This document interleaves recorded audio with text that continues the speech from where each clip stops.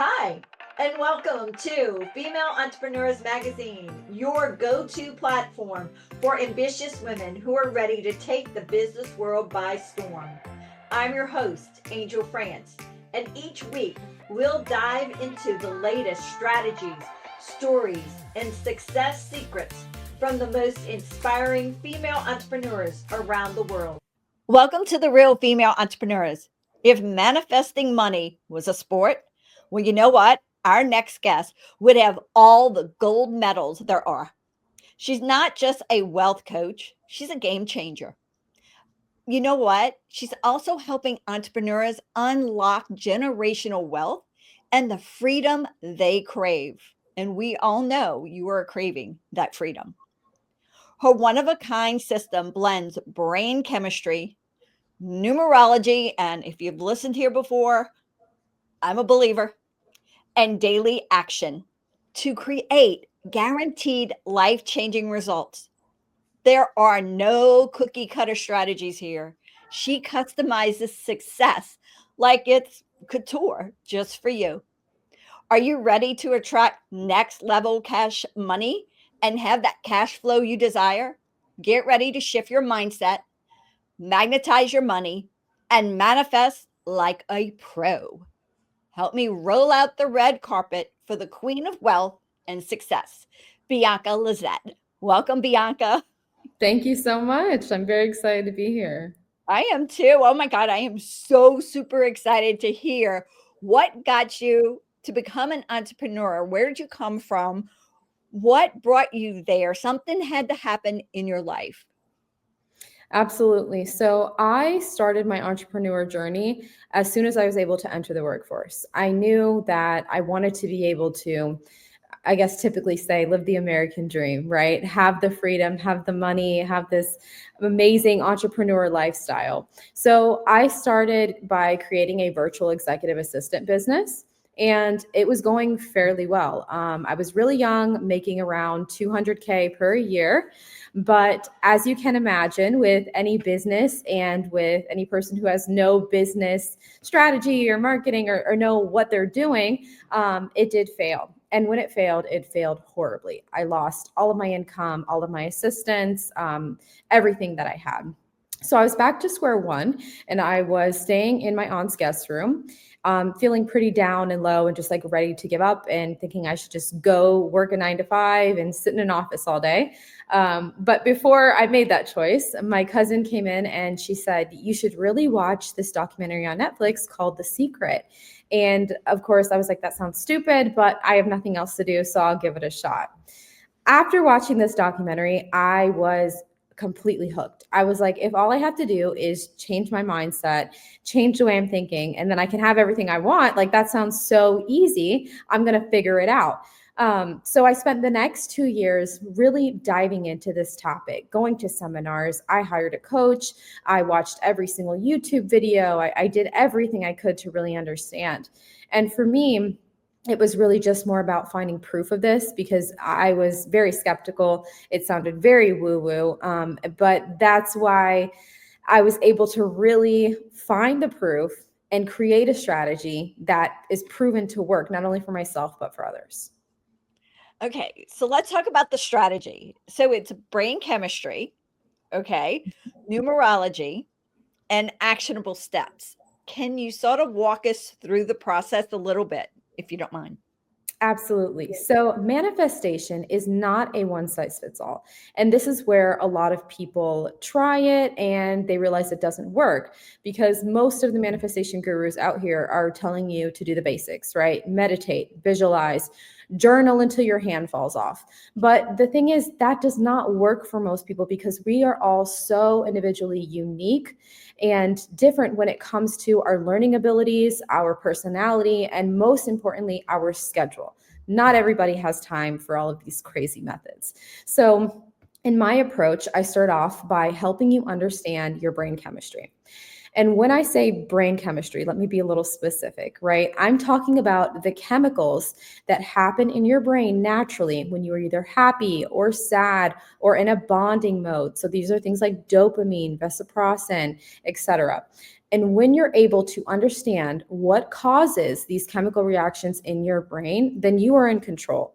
You can do certain activities. You can work on the subconscious part of the mind. You can work on the conscious part of the mind to really craft a brain that is aligned with your future goals and a brain that's not a victim from your past or from trauma. So that's phase one. Phase two is going a little bit deeper and understanding who you are at a soul level. So we all have come to this earth with a soul mission in mind before we signed our contract to have this life experience. And in order to really understand what that is, numerology is a fantastic tool. It not only will tell you what your overall soul mission is, right? Career wise, love wise, whatever it is, but it will tell you about your physical traits and your personality traits that you can utilize in every aspect of your life. Again, not only with money and career, but with love, with your health, whatever it is you're trying to create. And then the last phase is going to be the action steps. So this is another really huge misconception when it comes to manifestation. A majority of people will say, think the positive thoughts, have the wishful thinking, and everything you want will just show up on your doorstep. And of course, that is just not true at all. It is a very big part, but I love to emphasize the 80-20 rule. It's 80% manifestation, mindset, internal, 20% strategy, approach, taking those daily steps. So in that phase, that's where we really create an action plan for you that has specific dates and inspired action. So that way you're doing these things because you know that no matter what, you're going to get what you want because everything always works out for you. So true. So let's go back a minute because, like I said, I love numerology. So I'm a one, my life path. And do you mind telling what you are? Yes, so I am an 8. So I'm here to teach and learn the lessons of money. Yeah, very much so. And Mhm. I'm the leader, correct? Yep, exactly. You're the boss, babe. I'm just going to take a project and just make it go boom. That's Mhm. it. Yeah, exactly. That's, Effortlessly. yeah. Yeah. And it just sort of happens that people go, what? Mhm. And that's it. And that's the reason. So once you know, and it's not just that one number. I mean, some people say there's 5, some people say there's 6. I love all 6 numbers, and then you can go even further into that. But from a general basis, I just love how they all combine together. And I love the fact that you didn't choose your birthday. Your mom didn't really choose your birthday. God Mhm. chose your birthday. Exactly. And what about your name? Who chose your name? I was supposed to be Lucretia. That's unique. Now it's Angelique. That's Yeah. my real name. So everybody just calls me Angel. It's just easier. But my real name is Angelique. So when you do that, if I was Lucretia, everything that has happened to me in my life would have been changed. Am I Yeah. right? Yes, exactly. Because not only are the letters prevalent, but each letter is, I would say, representative of a number. So that kind of comes into play to creating your life path number as well. And it is exactly like you said. I was supposed to have a different name, and had it had been that, I would not have been an 8 life path, and I'd probably be doing something different, to be honest. And it really just comes down to God's path and synchronicities. 100%. Oh, I love this. So we are like, and even how you take the action steps is based on, even we both have very strong numbers, but how we attack those in actionable steps actually are different as well, correct? Correct. And then something else that's really important in an action plan is that there are specific days, especially in numerology, that have very, very high energy for specific life path numbers. So when I'm creating the action plan, I usually try to coincide that with the life numbers of the person to really make it powerful and help them make the best choices on that day. I love how you've combined all three of these together to get that unique plan for each person. And Mhm. it's not a cookie cutter like we talked about. Yeah, exactly. I'm not going to tell you to journal. You're not telling journal till your hand falls off, please. You're saying I love that analogy because I've tried it and I got really bored really quick. Yep, most people do. And I was like, okay, why can't I do this? Everybody else can, you Yeah, know? we're all different. We are. Yeah. We are. All right. And what about balance? That's a crazy word, I know. How do you balance like family life and personal life? How do you balance that with your business? So for me, this has always been a little bit of a challenge because I struggle with being a people pleaser. I'm like this with family, with my clients. Like everybody has to come first before me. So once I started this business 7 years ago, and as I started getting more successful and realizing like, okay, my time is being a little bit stretched here, it got very, very hard for me to take a step back and realize what's important to me. How do I achieve that harmonious work life balance that everybody always talks about? And for me, what that looks like is just being a lot more mindful. I'm the type of person who will start doing a project and I will just go and go and go and be locked in until it's done, which is not always a good idea. I will never recommend that because it's a big project, whatever it is, there's a lot of hands on the plate and I just have to really just keep moving. So for me, I have to notice when I'm getting to that point, be able to take a step back. And I have little reminders all over my desk that kind of, let me know, hey, it's okay to take a break. It's okay to take 2 to 3 minutes to yourself, meditate, go on a walk, prioritize your children, whatever it is, whatever works for you in order for you to kind of retreat and go back to your work later it's been a complete game changer. So I totally understand that. I still struggle with that 100%. I've been wanting to do the 25-minute system and then take that 5-10 minute break system that they had. But Mhm. once I get into it, I can't move. I'm Yeah. like obsessed. Hmm. Me too. And I think it's like an entrepreneurial thing. Like we all are like, this is my business. I have to do this. I have to get it done right this second, or it's the end of the world. And it's like a mindset hurdle. You got to get over. And don't you find also how they grow their business based on their numerology as well? So, like, I don't have a 2 inside of me, but I do have a 6. Mhm. But not having that 2, I'm like, okay, I don't think I'm showing enough love to people. You know? No, you're absolutely right. I think it kind of comes down to subconsciously not knowing your strengths and your weaknesses. But again, that's what numerology is for, to kind of help you figure that out. Yeah, and that's where you come in because you actually literally combine it all together Yeah. in a mix that it just blows me away.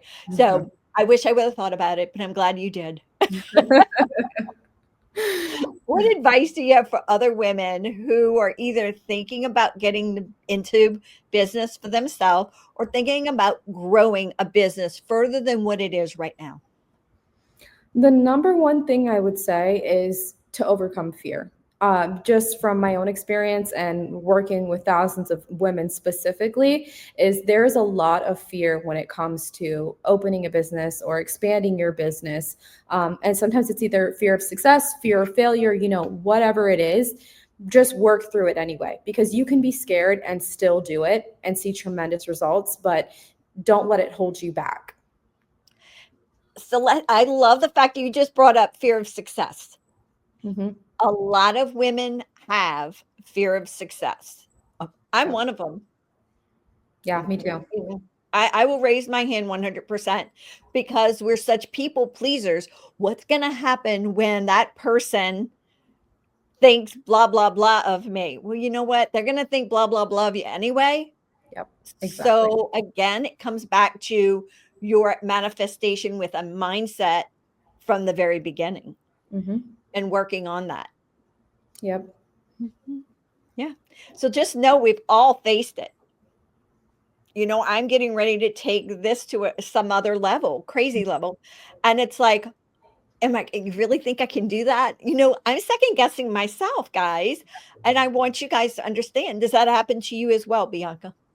Of course, it's that inner voice that will just debate with you, right? For whatever reason, it's like, this is not going to work, or this is going to work and it's going to be too crazy. We're going to lose all of this. And you have to find a way to quiet it. Like your passion and your want and your need for success has to be louder than that overthinking voice inside of your head. Yeah. So when somebody told me that you have a fear of success, I'm like, no, I don't. I don't. But It's there. so I want you guys to think of it this way, and let me know how you feel about this analogy, Bianca. So if you had a fear of flying, okay, and that is real, you can actually know this is what's happening, and that's the fear. Whereas internally, when there's a fear, there's not a presence there 100%. You have to work through that. Mm-hmm. Yeah, so I actually have a fear of flying, and someone once told me, so, someone once told me that fear is not real, right? It's something that you create. So if you can create fear, then you can overcome it by a choice. And as difficult as that sounds, there is a strategy for it, but I think this applies to everything. I think it applies to your fear of success, your fear of some getting sick and dying, whatever it is something that you are conjuring in your brain. So you have to be able to conjure the positive side of it. So I like to play the what if game. So, some people are always like, oh, what if the plane crashes? Or, what if we never land, or we get lost, whatever it is. And then it's like, well, combat that. Well, what if everything works out? What if you become a millionaire so fast, so successfully? And what if you have this amazing team that supports your growth and protects you? Kind of start that positive ball of momentum the same way that you started the negative ball of momentum. And I do that in business. So I go to the end 1st, and then I back it up. So I always see where it is at as far as I can go out. Okay. And then I back up everything to the present. And so your what if does that. What if this happens? How can we counter it? I like that. That's cool. Works great. I'm going to start using what if more. Now, knowing what you've learned in business so far, what advice or tip would you go back and give your 18-year-old self? I would say to be more consistent, because with business, it can be a little tough to keep going when there's failure, when there's not movement, right? Like when you're just getting started and posting on social media and you're not getting a response, or let's say you're doing email marketing and it's a headache, you have to be able to push through that and show up every day, not only for yourself, but for your potential audience, and just keep pushing through, because that's when you start to see results. That is key. And what is a key strategy that has helped you advance in your career? I would say, well, from a mindset perspective, I would definitely go back to what we talked about earlier about being more mindful, being more patient, and really being able to retreat and know that I don't have to work 100 hours a week to see success. And from a strategy perspective, I would definitely say pouring all I have into marketing and lead generation would be the key there. Because, there's a bunch of different things in your business, but definitely for me, the most important part in seeing the growth would be those two things. So what about this? What about something that you did in business that somebody said, oh no, that's not going to work, but you did it anyway? So in the beginning, when I got started, I absolutely hated social media. I despise it. I never had it for personal use. And I was told that I have to have it, with this day and age, with everything that's going on. It was just a requirement. So I did not listen. I went about it a more personal way. I wanted to build relationships. I wanted people to see what I look like in person, to hear my voice, in real life. I wanted that one-on-one connection. And that's pretty much how I built my business for the first few years. I went to a lot of business seminars. I went to a lot of other different events, some related to business and some not, some casual, but the entire time I had a mindset of, this is how I'm going to grow my business. I'm not leaving here until I make at least 3 connections, and just kind of setting the intention that way. And that completely, I would say, contributed to majority of my success in the beginning. I eventually did turn to social media again because I was getting requests though, and I felt more inclined to, but I really just went about it my way. And I'm going to put this in here. I don't say this often. You have one of the most beautiful websites I have ever seen. Thank you. Really extremely gorgeous. Yeah. So guys, you have to go see it. It's biancalysette.com, Mhm. correct? It is gorgeous. You need Yes. to at least go look at it. Thank you. So can you share any future plans or goals that you have for your career? So moving forward, I am going to go back to taking that approach of really making one-on-one connections. I took a break from it because I started getting so many requests virtually. So it kind of did shift more into the online world, which is great. But I'm going to go back to doing things the way that I like to do them. So I'm going to be hosting a lot more events. I'm going to be speaking on a lot more stages coming up, and it's going to just be a more personally based business. We have a lot of the same goals, so I think that'll be fun. We'll connect on that. Definitely. That'll be a blast. All right. Mhm. If you had a superpower for just 24 hours, one day, what would it be? I would, this is a little crazy, but I would have the superpower to not sleep because I'd be able to get so much done and, and not feel horrible. That sounds great. That does sound great. Yeah. So stopping time has been a big win for everybody, but Mhm. not sleeping, that's like stopping time. And I love that analogy of it because it gives a different perspective of a time.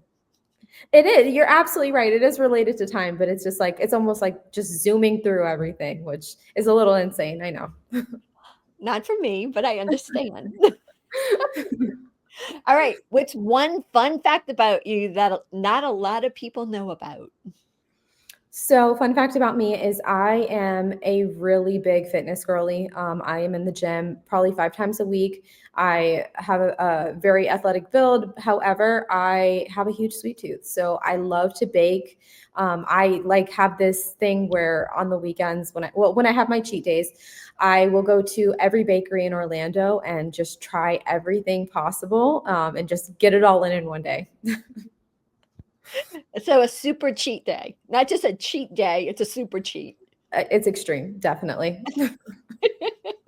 That's that 8, but that's okay, right? Yep, yep, you're right. All right. Do you have a favorite book or books? I do. So, really, I would say Breaking the Habit of Becoming Yourself by Joe Dispenza. I've read it multiple times. I recommend it to everyone. It is absolutely phenomenal. It will change your life. Okay. What's the name of it again?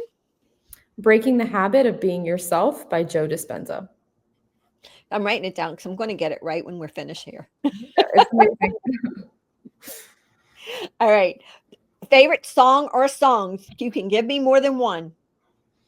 So it's an oldie, but it's a classic. It's a Beautiful Morning by the Rascals.